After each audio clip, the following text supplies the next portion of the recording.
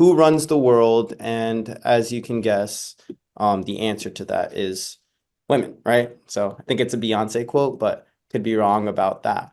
So it's going to be a 40-minute career talk, women's stories and franchising. And like I said, the title is Who Runs the World? So here's the agenda. What sparked your franchising journey?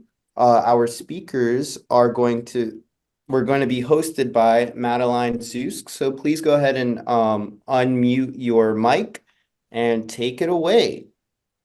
Hi, everyone. I think I know most of you here. Toni, you're crushing it with the day glow over there. I love it. Well, I'm happy to be back. I haven't hosted in a hot second, so I'm excited to do this panel specifically.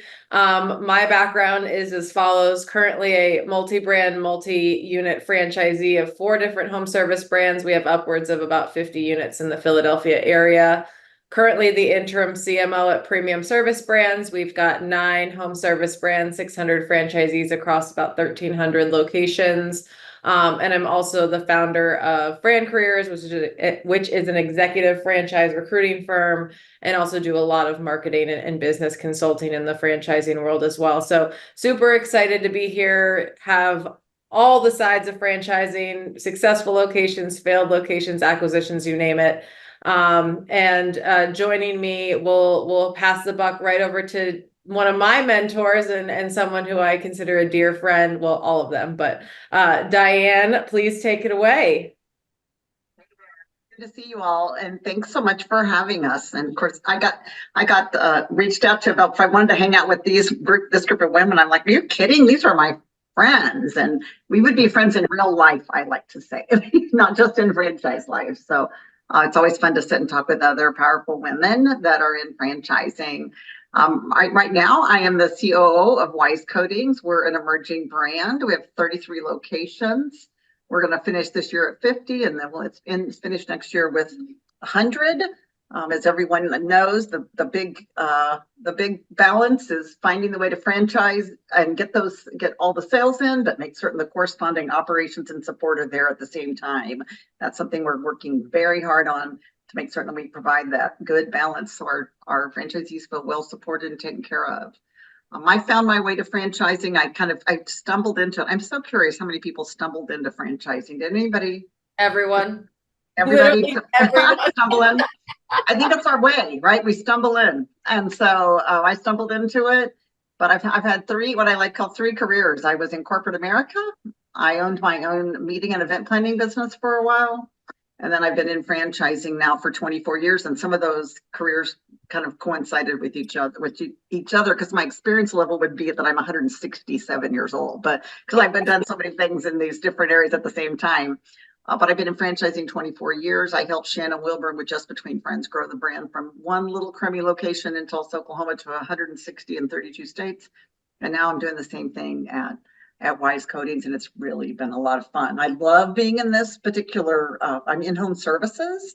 And for those of you who are women in in-home services, you know that it's where there's people say that I'm a woman in construction now because, we do a lot of work in people's garages and fall kind of in that category. And I'm thinking, I never thought I would be considered to be a woman in construction. And yet here I am. So, thanks for having me.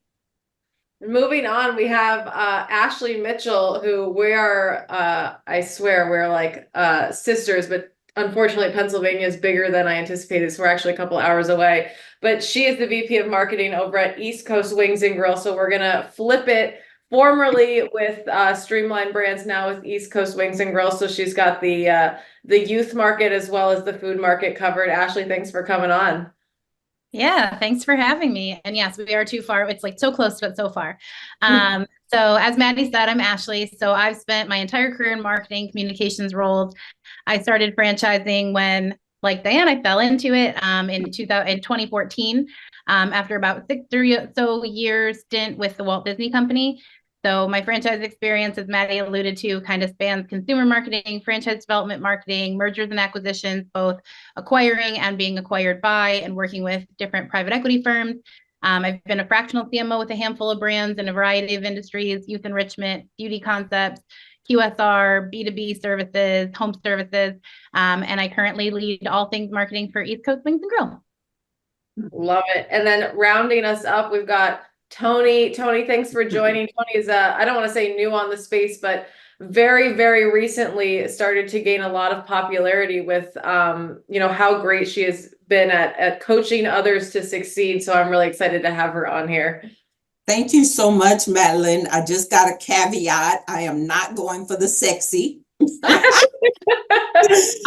The lights just went out in Houston's getting another bad storm. So I am by cell phone light and battery on the computer. If I drop off, y'all know what happens. So my name's You're making it work. Making it work. And it goes with my brand. Toni Harris Taylor. I'm the CEO and founder of Drastic Results. See, Drastic. Not just drastic, but drastic results, marketing and sales coaching, where I partner with franchisors to teach their franchisees how to show up, be up, follow up, so they can blow up their business. I'm also an author by that same title. I am a award-winning multi-unit franchise owner with Network in Action. Network in Action, just for your point of reference, is in the category of BNI, but different. I like to say their burgers are round, ours are square, but we have, and I run a franchise supplier group as well. So I'm happy to be here and honored to be asked. Awesome. Well, I might go a little bit off script, but Promo Republic knows that is the Maddie way. So we're going to get right in here. And instead of just talking about sparking, there you go, sparking the that's better. Yeah, exactly. I think what is going to be kind of some of the most beneficial talking points for the people on here is less about us and more about the how and the why for women in franchising. And I want to focus on something that Michelle and Courtney and Eric over at Franchise Business Review focus a lot about and have a report on is top franchises for women. And as Diane kind of alluded to, it wouldn't be, the stereotypical, consignment children, but a lot of it is in home services. One of my biggest brands, MaidPro, is there as well. So it really spans a lot of industries. And Ashley, I want to start with you on what does it mean to be one of the top franchises for women, and why is it important that we pull that kind of list? I think it's very apparent for those on this call that we realize that, while there is always going to be maybe a pay gap, or we're still always fighting for equity on, the female to male side of things, I think franchising for the most part has always been very welcoming. I have never felt like we didn't belong at the table, but unfortunately for most of society, that is something that women will continue to battle along with other segments of people. So why is it important, and why is that we pull this list, and why is franchising so great for female entrepreneurs? Yeah, I mean, it's super important because it shows that your brand is, to Maddie's point, welcoming to everybody. And it gives you that diversity of different opinions. We all see things from a different lens for various different reasons. And so if it's something where you can say we are a best franchise for women, it shows that you value those different perspectives, and you don't just want cookie cutter, the same exact franchisee. You want men, you want women, you want people of different ethnicities. Like, all of those different things are so important to having a well-rounded franchise brand, because those are also the customers that you're serving. You're not serving somebody that is the same as everybody else. Every single person is not going to be the same. So you need to have those different perspectives and opinions on your team, from your franchisees at your executive table, to make sure that you're hitting all of those points and not just going in so narrow focused. I agree. And Diane, talk to me a little bit too, because you talked about Fran Dev and why it's important, to Ashley's point, to bring on different segments of women. Are women one of your target audiences? I know for MaidPro, we often made these kind of, I guess we'll call them avatars, where one of them was the mom that wants to make it home in time for their kids' soccer games. The other one, one that's empty nester and ready to start their own career. So is that something that you look at segmenting, Diane? Maddie, of course you gave an amazing example right there, because what the example that you gave is that we can't make it in business on the one cookie cutter type. If you haven't looked around, that cookie cutter's looking a lot different these days, right? And so if you think that it's, well, we have this one avatar, that's who we're going for. Well, certainly in the case of it, since we're running about a 50-50 male to female, I guess if you don't mind not getting 50% of the business that's available out there. And when you look at people of color, when you look at people of different varying ages, I mean, we want them all, right? We want to be able to appeal to all. So I know one of the things that we've worked through, and now my third franchise company, is to certainly identify your primary avatar. I don't think there's anything wrong with that. Who is the most likely person that would be coming into, from a franchise development standpoint, who would be most likely to own this company? But then finding your secondary avatars also, because there's so much gold in those hills. And I know when I was working with JBF, our primary avatar was a mom, aged 25 to 35 years old. That's who it was. But what about all the grandparents that raise kids now? What about all the single dads? What about the dads that have, there's dad couples that have kids. So we were I guess we didn't want all those other people's business, but don't we want all their business? Plus, we want them to feel welcome, that they can be a part of us. And I will say at Wise Coatings, we're traditionally, we have 2 female owners. They are rocking it, and they're incredibly good. And so right now, that's our focus, is to be certain that we are identifying those people, who it is that is the most likely person to be successful with us. The wonderful thing about franchising, as everyone knows, is yes, you work like crazy, but you do have the flexibility. What's the latest survey? 50% of the people go into this now because they want control and flexibility over their own time. And that's something that, regardless of what gender you are, what age you are, that is very appealing to all of us. Yeah, and you made a good point on like who your target customer is. So one of premium service brands is ProLift garage doors, and we're talking garage doors. Like, you would think male all the way. You know who the primary purchaser are the females. They're the moms. And one of the reason being is that one of the biggest causes for accidents when it comes to outside the home is garage doors falling on children, falling on pets. So I really encourage you as well, when you're describing not only the offering that, your product or your service brings to families and women and men, but also, how does that benefit you from a franchise development level? Oftentimes I consult with a lot of franchise brands that, we're so good. Look at this press release. We do this, we do that. But what are the benefits for your owners? And if you're segmenting them out, oftentimes, and I know I've got 3 young kids, and it's amazing the amount of emails and calls I get from the school versus my husband. And we both have the same, we're both listed as the primary. So it would behoove me to not at least say that one of the benefits would be being home more, being more active.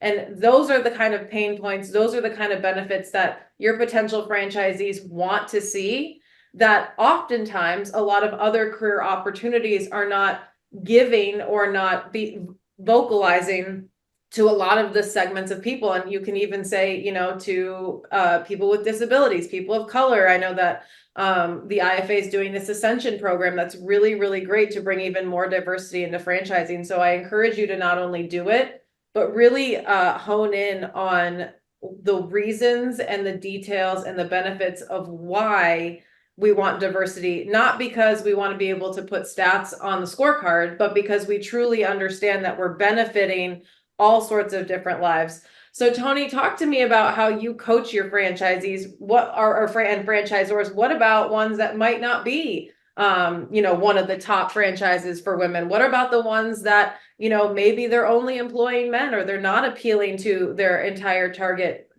market? And to make things a little uncomfortable, because that's what I do, I am a consultant for a brand, and they are a franchising concept that deals with kind of watching the children, if you will. And one of the franchisees is Black, and said that they only want to target Black women-owned businesses and networking capabilities.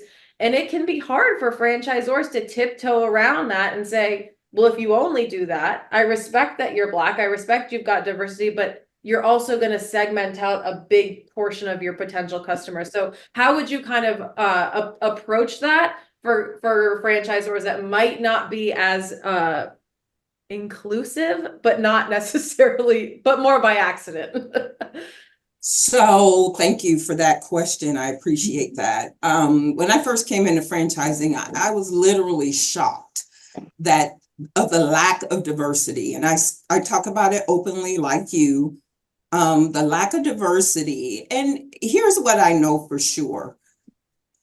The franchising world is not networking and showing up where women are, people that don't look like them are. And the only way you're going to reach a different demographic is to show up where those people are. And I get it that you may be uncomfortable.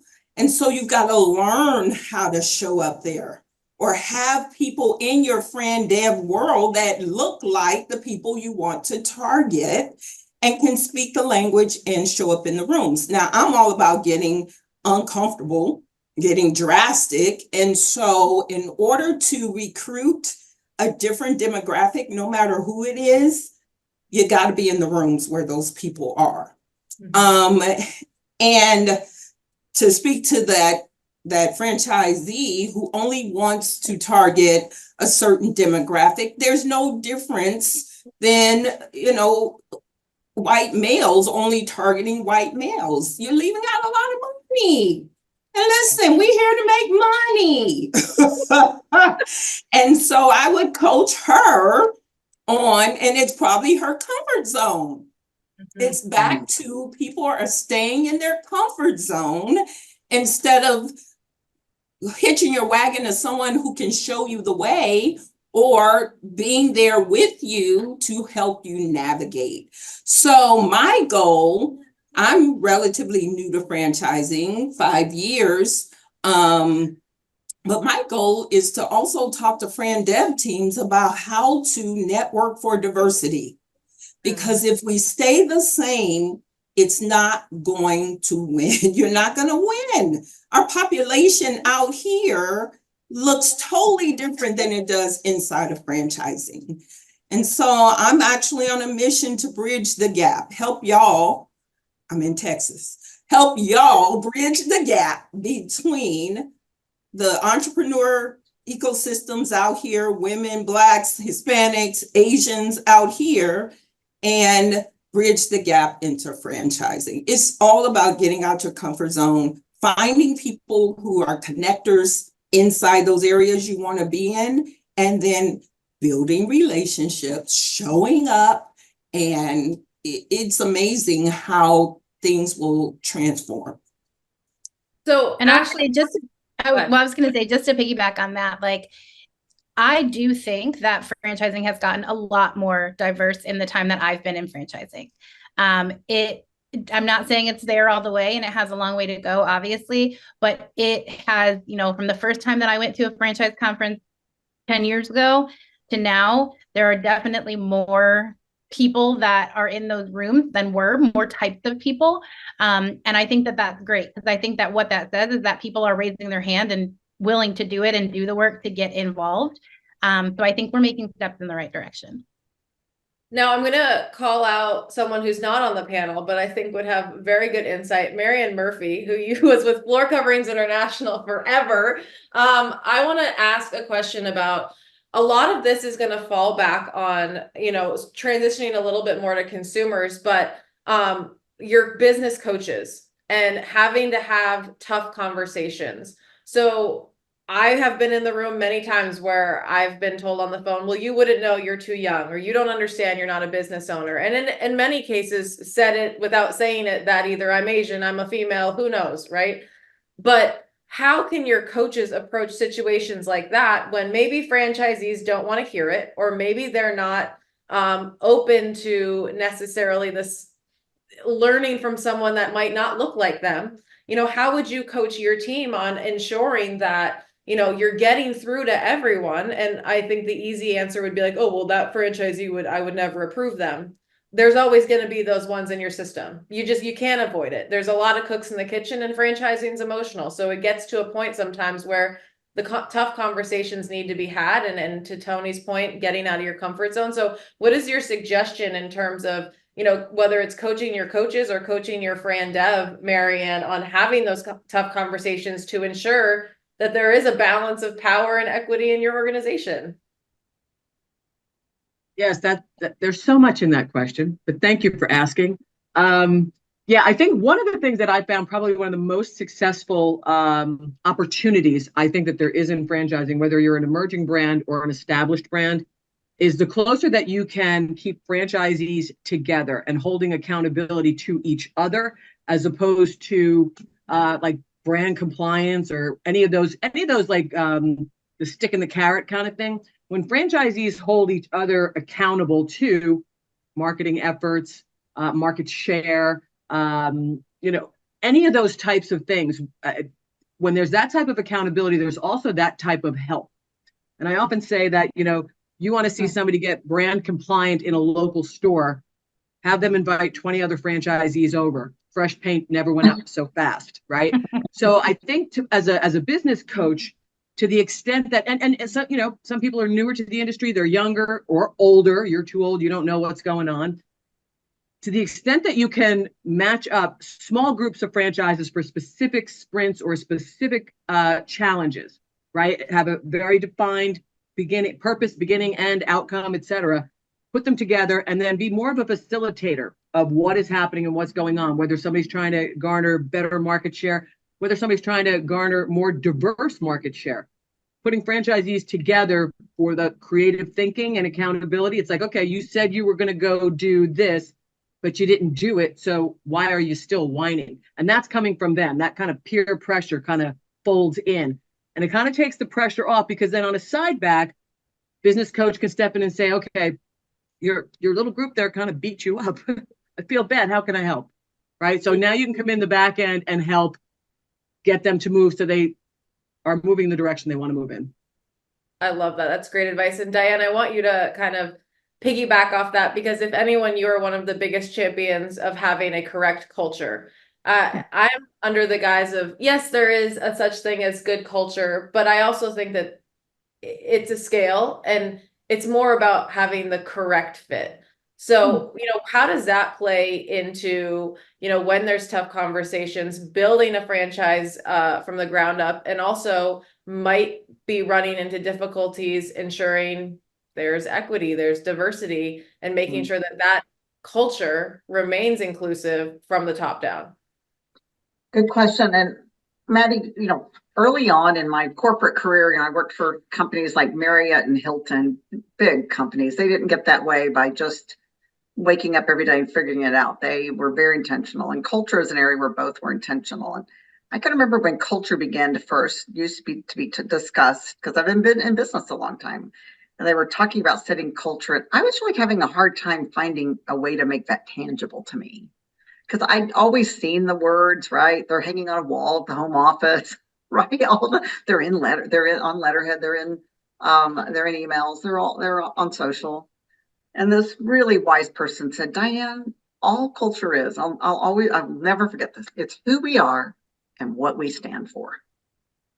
He said, start there to determine your culture. Well, that's one of those things that is simple, but it's not easy, because who are we and what do we stand for? Because if we say we stand for diversity and inclusion, and we want to work with people like us, and we look around and everybody looks just like us, I don't think we stand for that. I don't think we do. And so we have to start somewhere thus. So I would say when it comes to setting the culture, is make up your mind. We are not going to be doing things the same way that it's always been done just because it's the way it's always been done. We're going to do this and be intentional, because I will tell you, if we continue to do things the way they've always been done, especially in the area of culture and when it comes to reaching diverse audiences, we will be in a room by ourselves one day and won't know how we got there. We will look around and go, where did everybody go? It changed. You did it. Life changed. If y'all looked around lately outside franchising, it doesn't look like we look in those big meeting rooms, does it? It don't look anything like it. It's the only place I go where it looks like that right now. And I'm not saying that to bash on franchising. I love franchising. I'm saying we have work to do. So who are we and what do we stand for? And do we want to reach people that are different than us? And I like what Toni said in having the hard conversations. If those conversations are hard for you, that's okay. Then start having them anyway. And let's figure out who we are, what we stand for, and what we're going to mean and believe and do, and set that way. And if we're not hitting the mark there, we need to course correct and figure it out. Because what no one has any time for is someone telling they're one thing and they're another. Because Maddie, you and I have walked that road, and ain't nobody got time for that.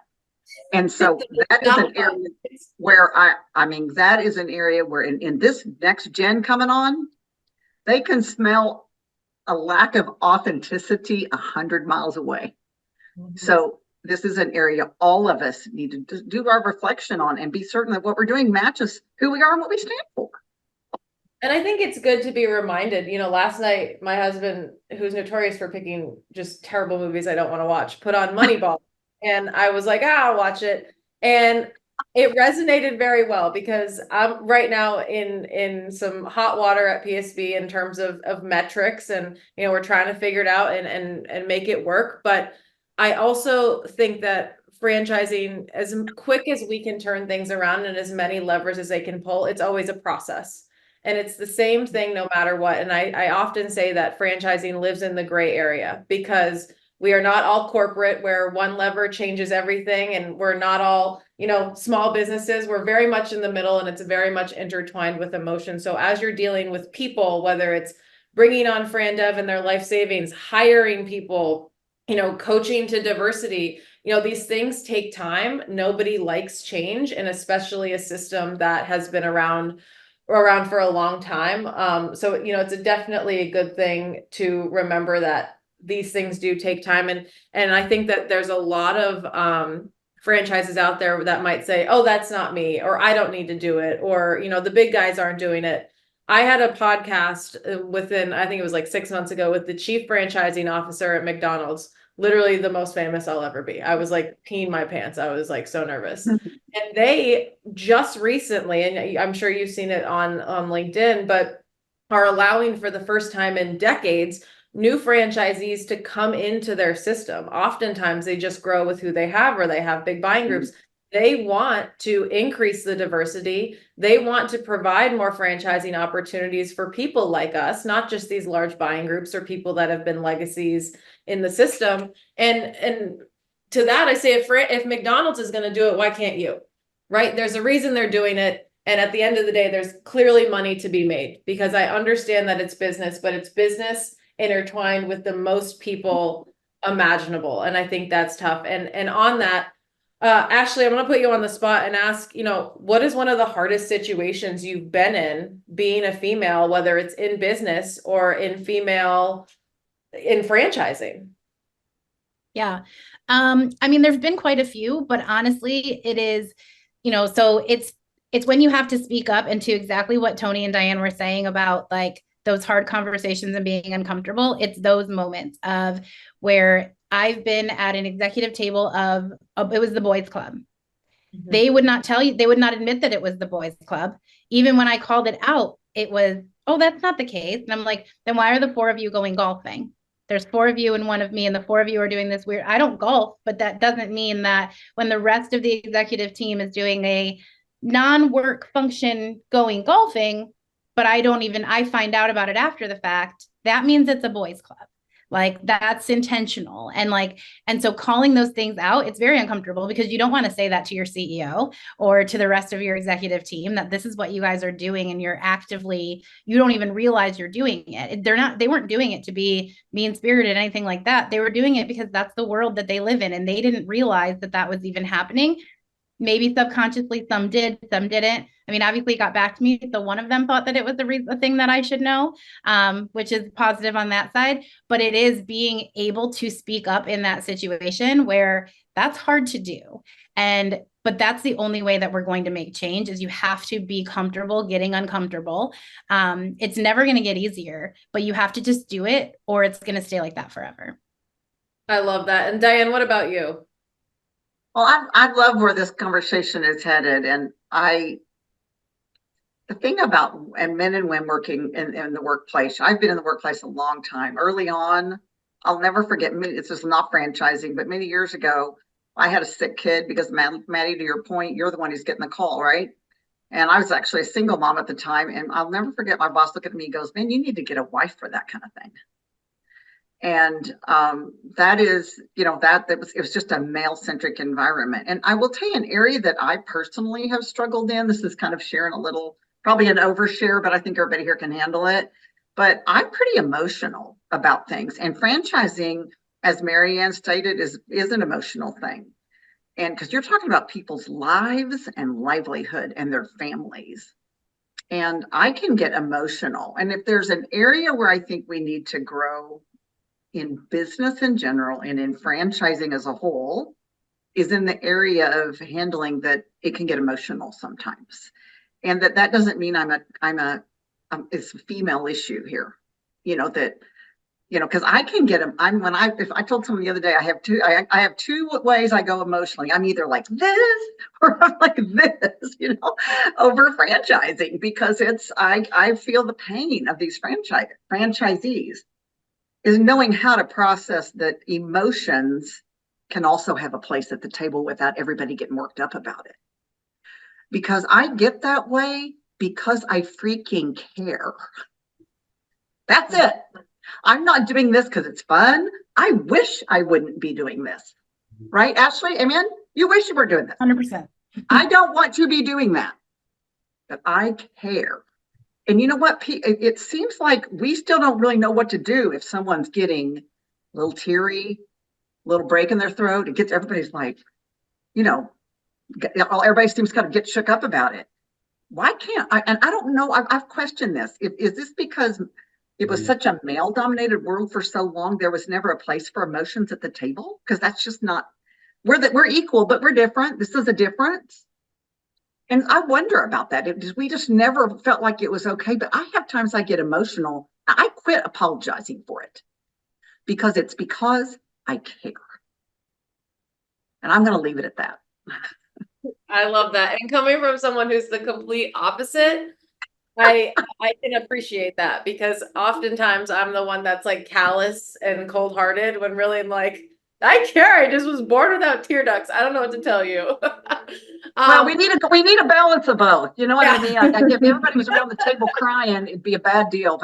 But if people get emotional over business, and I get emotional because I care, and I look at the franchisees and I see the fear in their eyes, and my heart hurts for them, and I just want us to be able to respond to that kind of thing. And Maddie, if yours comes across that you come across like you're not having the most emotions, that needs to be. I'll save that for another one. But that needs to be okay too. We need to be able to accept that deep people have a different response, and that all responses are valid and they're okay. And I think that this also will go down, and Toni, don't worry, I'm coming to you too. But I think that this also goes down to how important it is that we know our people, and that we're putting the right people in the right seats, and the franchisees in the right areas and in the right brands as well. So whether you're, a consultant, a brand, a supplier, not every business is the right business for you. I know that typically it's dollar signs, but that can quickly go the other way if you have the wrong people in the wrong seats. And so a quick piece of advice is, we started implementing the DISC profiles, or the personality assessments. And that is a great way to figure out who's going to fit into your system, who's going to be successful in your system. Because you can, on the Fran Dev side, you can compare them to your top performers or not. It doesn't care if you're a female, if you got 5 legs, 12 arms, they're going to judge based on how you think and how you act. And you can also do that for your, your internal culture. Are they going to fit? Are you looking for someone that's a doer, a visionary? So while for me, it always seemed very fluffy and cliche, and like, I'm as type A as they come, like, I got things to do, don't make me take this personality assessment. That thing was spot on. So you know, we found a lot of success about that because there's a lot of human error and there's a lot of space for growth, especially when it comes to everyone working remote and maybe not all discovery days are in person and XYZ, but that is a good way to help make that is so subjective, objective in the workplace. And so Toni, tell me about one of the toughest times you've had in business and how you've overcome it. So I do want, and I want to add to the comments about being women in business, period. Imagine being a Black woman, the only Black in the room and the only woman in the room. It is intimidating. But for me, it wasn't a competition, but now it is, Toni. Say that again, Maddie. My light went out. I said it wasn't a competition, and now it is. Oh, we're in overtime. Okay, let Toni go, and then we'll. So I just wanted to say, in business, what I've been fortunate, and I want everybody to hear this. I've been extremely fortunate to have a lot of white male allies who gave me an opportunity because they like me. So how you show up is so important because my franchisor, I didn't have the investment when I met him. He gave me a break. And today I've referred him 9 franchisees. So finding the people who can be your allies when you are the only one in the room is important as well. And I am personally in business, I'm drastic. So I see obstacles, but I'm like, huh. And I just walk around them, walk over them, get somebody else's hand and say, guide me through them. And it's just helped me tremendously in my journey. Well, thank you for sharing. And I think that brings us together as a whole of, you know, it doesn't matter if you're male, female, red, white, Black. At the end of the day, franchising is about people. It's about the right people. It's about being a good person. And that doesn't mean that you can't have hard conversations. It doesn't mean that things are never going to go wrong or people aren't going to be wrong. But it's going to be about how you treat them, how you work through it with them. Franchising is like a marriage. Most of the times it's 10 years. So, you know, I have yet to meet someone that said marriage is easy. So be prepared for the right conversation, the hard conversations, the tough spots. And if it's the right person, it'll always work out. Thanks again, Promo Republic, for having us. And definitely you guys can connect with us on LinkedIn via these QR codes. Thank you so much. I hope that everybody in the audience is as powered up as I am by this and that we stayed true to our webinar title, Franchise Power Up. This was an amazing last panel. Thank you, ladies, so much. I have tons and tons of notes, and from the bottom of my heart, just thank you. I think that we talked a lot about a lot of topics that are uncomfortable, and I absolutely love that, right? The only way that we're going to make change is if we do something different. So with that said, that was the last session for the day.